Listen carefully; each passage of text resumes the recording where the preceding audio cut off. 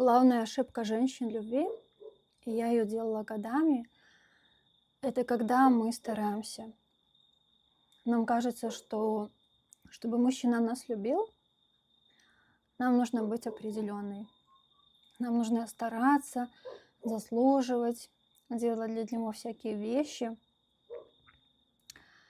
Но дело в том, что когда женщина старается, она не верит, что мужчина ее любит просто так.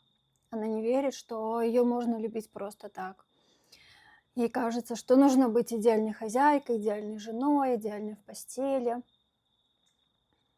Но дело в том, что когда мужчина чувствует вот это вот старание, а не просто когда женщина отдает, потому что она отдает из изобилия, то мужчина начинает вас ценить все меньше и меньше и меньше.